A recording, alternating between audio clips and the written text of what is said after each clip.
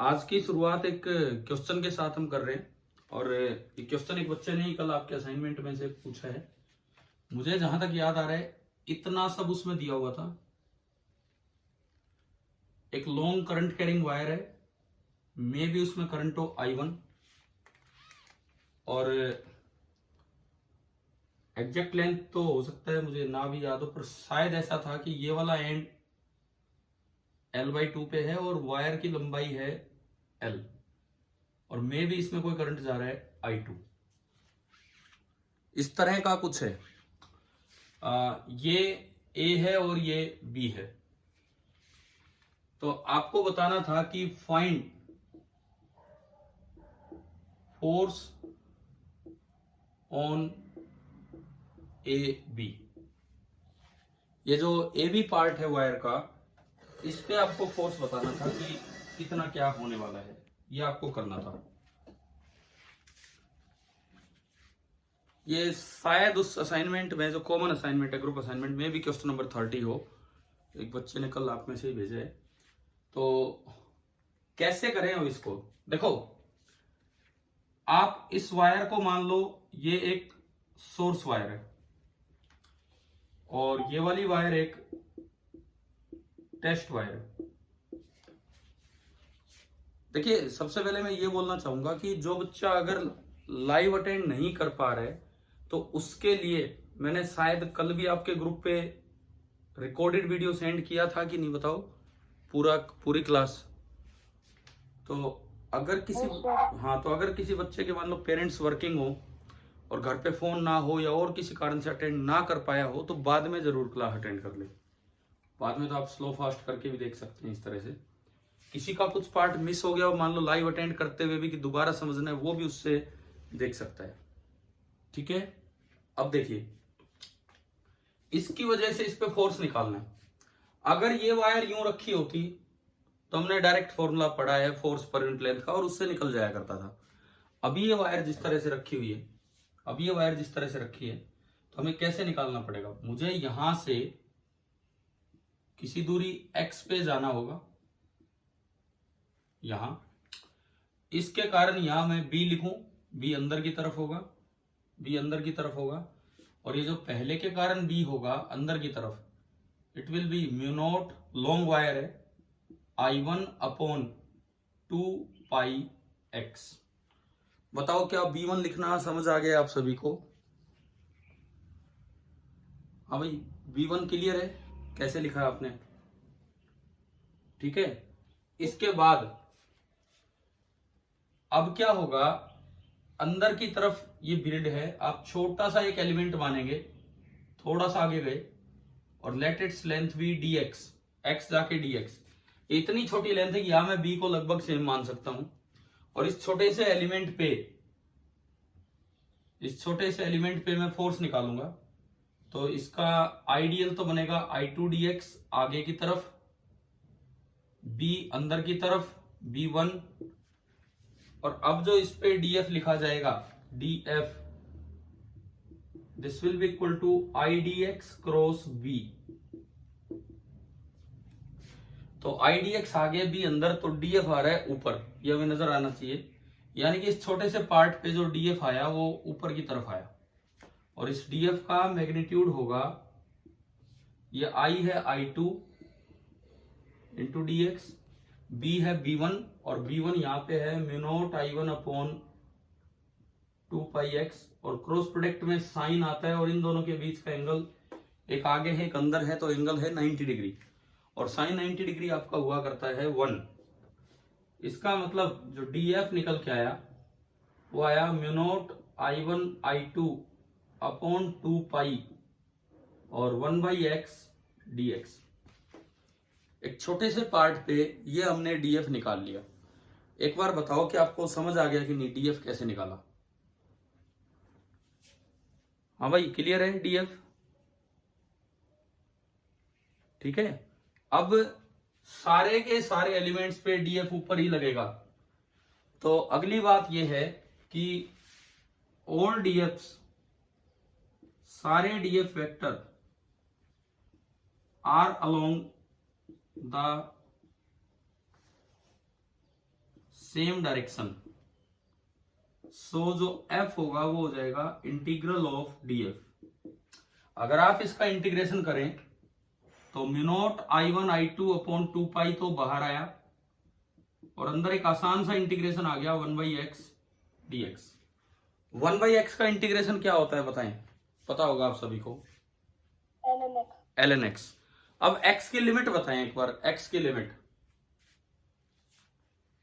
यहां से दूरी को x इनिशियल होगा l/2 और यहां पहुंचते पहुंचते x फाइनल होगा 3l/2। तो लिमिट लगेंगी l/2 से लेके 3l/2। जब आप इसको सोल्व करेंगे तो म्यू0 I1 I2 अपॉन 2 और ln x और लिमिट l/2 से लेके 3l/2। Final answer म्यू0 I1 I2 upon 2 अभी आना है ln a minus ln b। अब ln a minus ln b क्या होता है, ln of a upon b। तो जब a/b करोगे तो l/2 से l/2 कटेगा एंड ओनली ये बचेगा क्या, ln 3। तो ये क्वेश्चन आप नोट कर लीजिए अपनी नोटबुक में ना, समझ आ गया होगा आपको। अभी presently 28 participants means 26 students are present.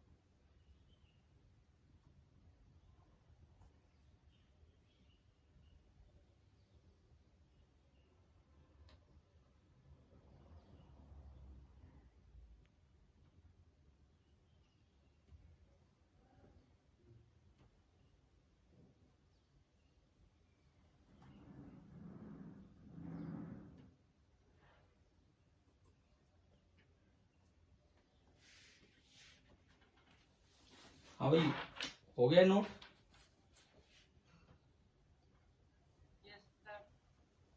ठीक है।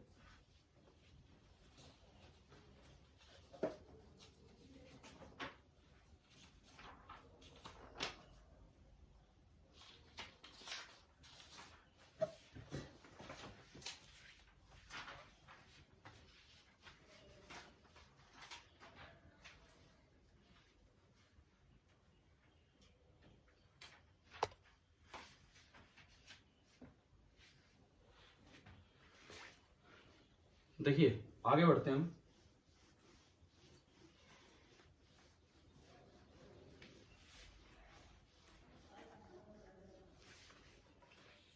कल हमने मैग्नेटिक मोमेंट लिखना सीखा था, तो उस पे मैं एक क्वेश्चन लेता हूं। सपोज ये एक्स एक्सिस है, वाई एक्सिस है और ये जेड एक्सिस है, और आपको ना ऐसा कुछ दिया गया है कि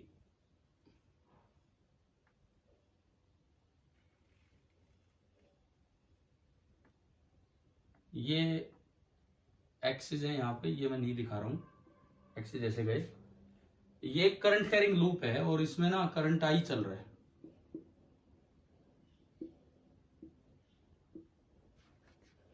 ये वाला पॉइंट है A00 0A0 00A, इस तरह से सारे पॉइंट्स बने हैं, A0A A0 0AA। ये एक करंट कैरिंग लूप दिया है जो 3D में बना दिया हमने। सवाल ये है कि find the magnetic moment of the current carrying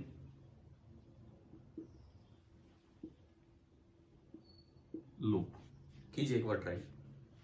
3D में हमने लूप बनाया और इसका आपको मैग्नेटिक मोमेंट बताना है।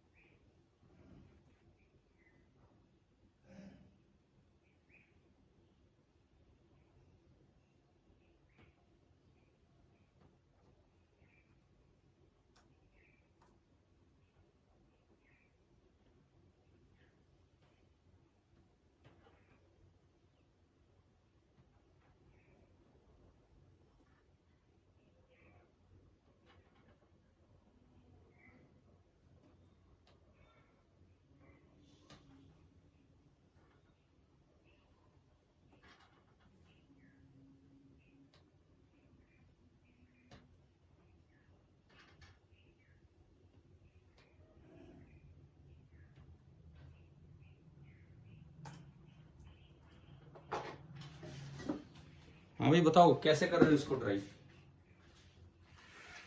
किसी तरह इसमें सोचिए क्या इसमें 3 पार्ट्स में लूप बन सकता है क्या?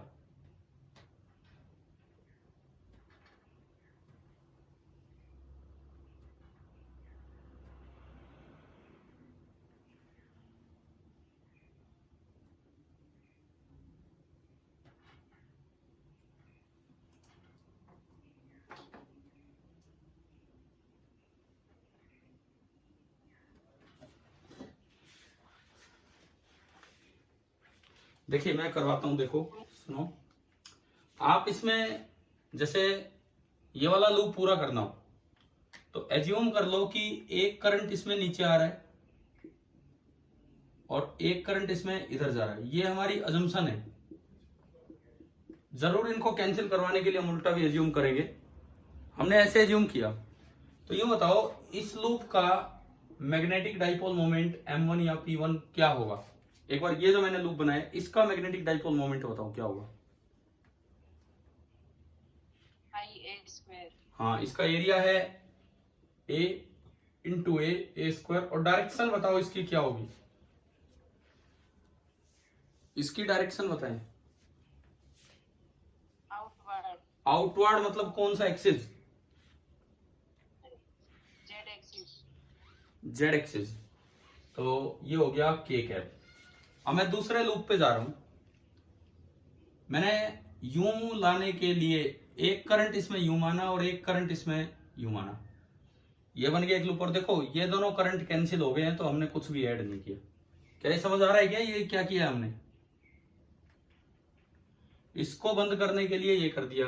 अब आप लिखवाओ M2। अब आप लिखवाएं M2।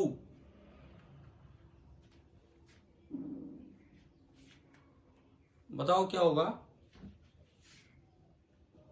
करंट इंटू ए स्क्वायर। डायरेक्शन बताएं, इसकी डायरेक्शन। I cap. ये आगे की तरफ गया तो डायरेक्शन होगी आई कैप। अब मैं आता हूं नीचे वाले आखिरी लूप पे। यूं गया, तो इसको बंद करने के लिए एक करंट यूं मानना पड़ेगा और एक करंट यूं मानना पड़ेगा। तो देखो, इस करंट ने इसको कैंसिल कर दिया और इस करंट ने इसको कैंसिल कर दिया। तो इन खाली जगहों पे हमने दो दो करंट माने इक्वल मैग्नीट्यूड के अपोजिट डायरेक्शन में, तो उससे कोई फर्क नहीं पड़ने वाला था।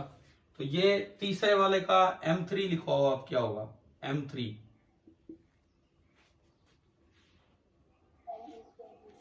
ये यूं घूम रहा है तो ऊपर जे कैप, तो आई ए स्क्वायर जे कैप।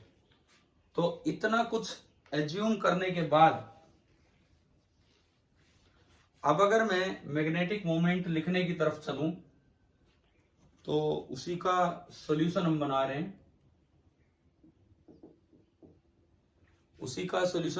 हैं। देखो, नेट एम जो होगा, या इसको कल की तरह बोले PM, this will B vector sum of M1, M2 and M3। इन तीनों में से आप देखोगे तो आई ए स्क्वायर कॉमन आ रहा है और अंदर बचेगा आई कैप प्लस जे कैप प्लस के कैप। और अगर आपको मोड ऑफ एम निकालना हो, मैग्नीट्यूड मान लो ऑप्शंस में दे रखे हो, तो आई ए स्क्वायर बाहर आ गया, 1 square plus 1 square plus 1 square, यानी कि ये आपका बना √3 टाइम्स आई ए स्क्वायर। तो बताएं, समझ आ गया कि नहीं? ठीक है, इसको नोट कर लीजिए आप।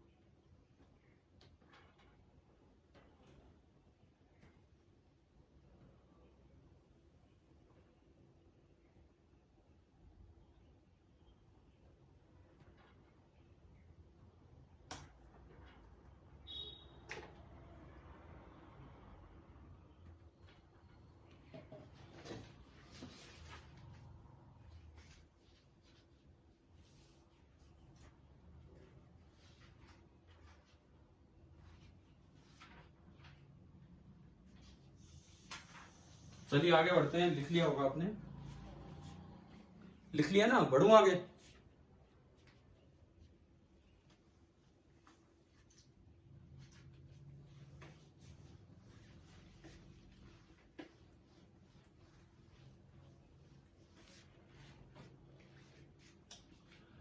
अगली चीज देखिए, एक और सवाल के साथ हम शुरुआत कर रहे हैं। सपोज ये एक long current carrying straight wire है, करंट जा रहा है I1 और इसके पास एक स्क्वायर करंट कैरिंग लूप रखा है, करंट जा रहा है I2 ऐसे, ये दूरी भी A है और स्क्वायर की साइड भी A है। क्वेश्चन ये है कि find the magnetic force on the square loop by long straight wire. Find the magnetic force on the square loop by the long straight wire. ये आपका सवाल है, कीजिए आप इसको ना।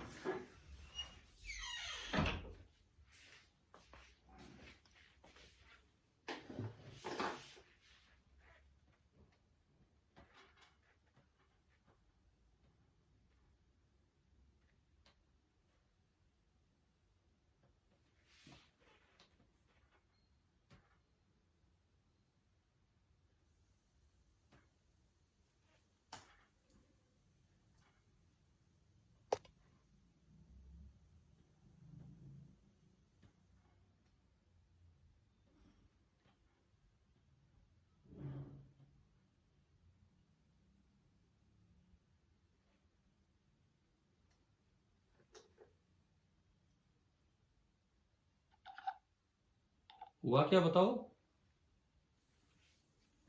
Mu naught I1 I2 by 4 pi. Not I1 I2 by 4 pi 2 pi a. चलिए देखते हैं, Sorry 4 pi है सर. देखते हैं एक सेकंड। इस वायर के 4 पार्ट है। Let W X Y Z।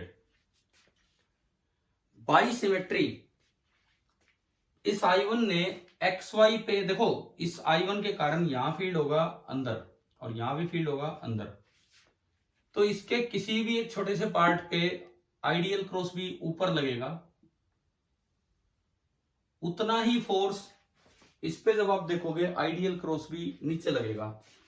यानी कि Fxy और Fzw एक दूसरे को क्या करने वाले हैं?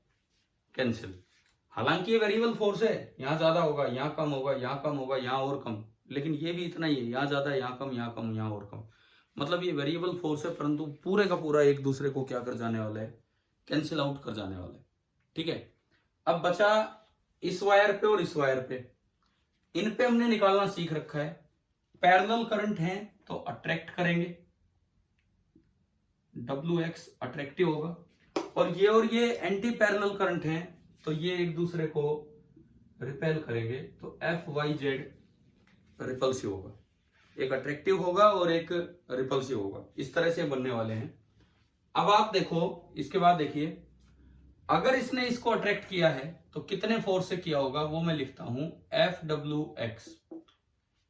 फोर्स पर यूनिट लेंथ होगा mu naught I1 I2 upon 2 pi a into इसकी लेंथ, और इसकी लेंथ भी a है।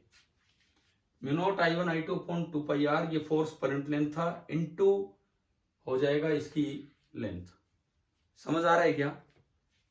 ठीक है, ऐसे ही ये फोर्स ऑन YZ जब आप लिखेंगे तो एंटी पैरेलल करंट रिपेल करेंगे, और ये पूरी डिस्टेंस 2a है, तो mu naught I1 I2 upon 2 pi into 2a multiply by its length a, और ये रिपल्सिव होगा और ये वाला अट्रैक्टिव होगा। a से a गया, यहां भी a से a गया। अब बड़े में से छोटा घटा दो, आपको दिख रहा है कि ये वाला फोर्स बड़ा है, तो जो F नेट बनेगा वो बनेगा mu naught I1 I2 upon 2 pi common 1 minus half, that is 1/2। तो ये आया mu naught I1 I2 upon 4 pi, and the force will be attractive. ये आपका नेट फोर्स होने वाला है। ठीक है, कर लीजिए इसको नोट, इस तरह से आपको करना था।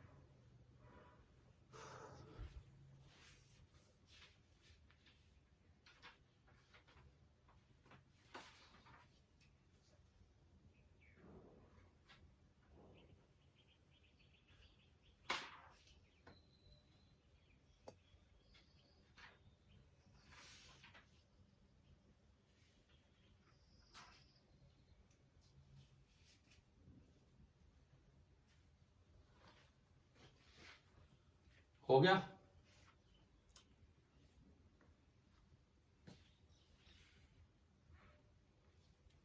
हाँ जी, हो गया क्या? Yes sir. ठीक है,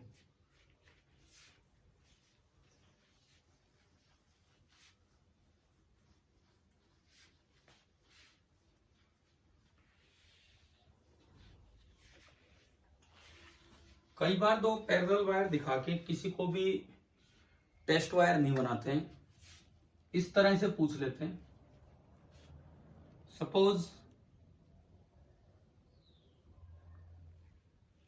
ये एक लॉन्ग पैरेलल वायर है जो ऊपर की तरफ करंट ले जा रही है I1, और ये एक लॉन्ग पैरेलल वायर है, पैरेलल है मतलब दोनों, और जो नीचे की तरफ करंट ला रही है I2, ये भी I है और ये भी I है, दोनों करंट बराबर हैं I। सपोज ये डिस्टेंस है 2r, एक इनका मिड पॉइंट है एट अ डिस्टेंस r, एक पॉइंट हमने इस वायर से इधर लिया है at a distance r, this is point A, एक पॉइंट इस वायर से इधर लिया है at a distance r, this is point B, और एक जो मिड पॉइंट है दोनों से बराबर दूरी पे, दिस इज पॉइंट C। ये है सवाल, ये है कि फाइंड मैग्नेटिक फील्ड इंडक्शन, मतलब बी ही होता है, बी का ही पुराना नाम है magnetic field induction, at point, first part है ए, सेकंड पार्ट है बी, एंड थर्ड पार्ट है सी। ये आप कीजिए ट्राई। सी पे 0। आप एक बार कर लो ना, फिर डिस्कस करते हैं, एक बार कर लीजिए, आप तीनों डिस्कस कर लेंगे।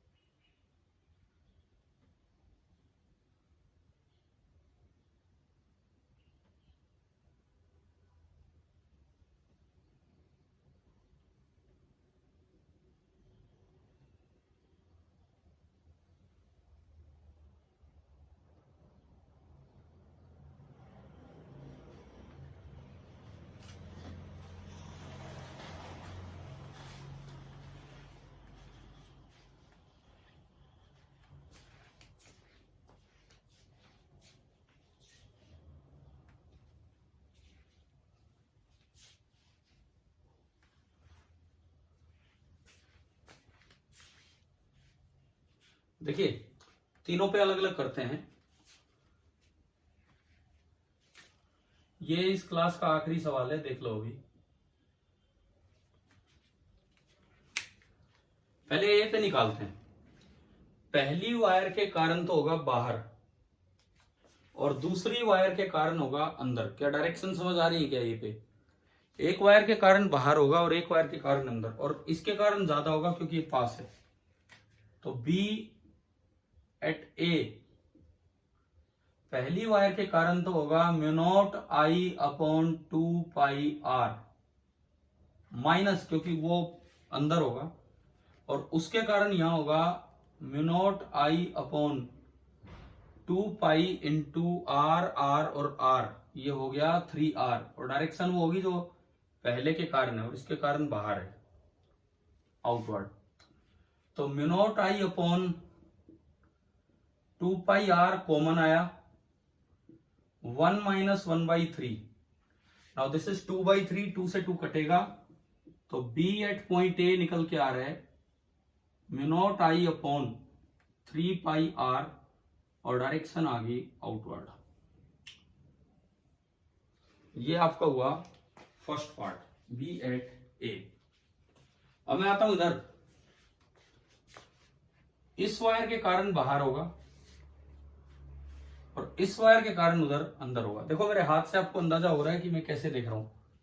तो ये वायर पास है तो बाहर वाला ज्यादा होगा, तो B एट बी निकालोगे तो बाहर वाला इसके कारण ये होगा mu naught I upon 2πr minus, क्योंकि इसका अंदर है और वही 3r, mu naught I upon 2π into 3r, और डायरेक्शन होगी आउटवर्ड क्योंकि बाहर वाला ज्यादा है।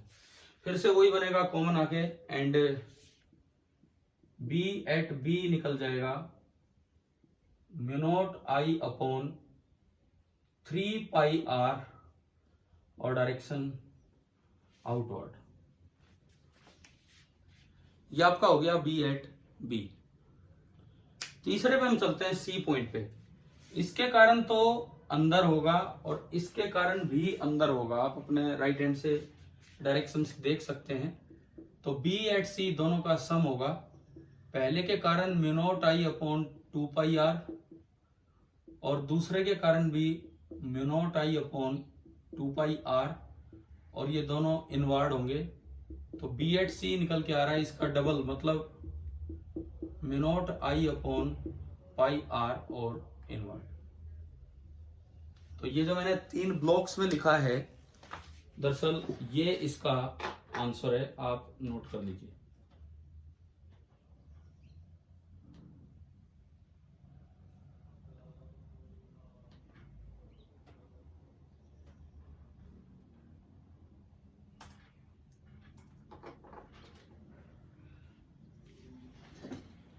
हाँ भाई चलो, समझ आ गया कि नहीं बताओ ये वाला पार्ट?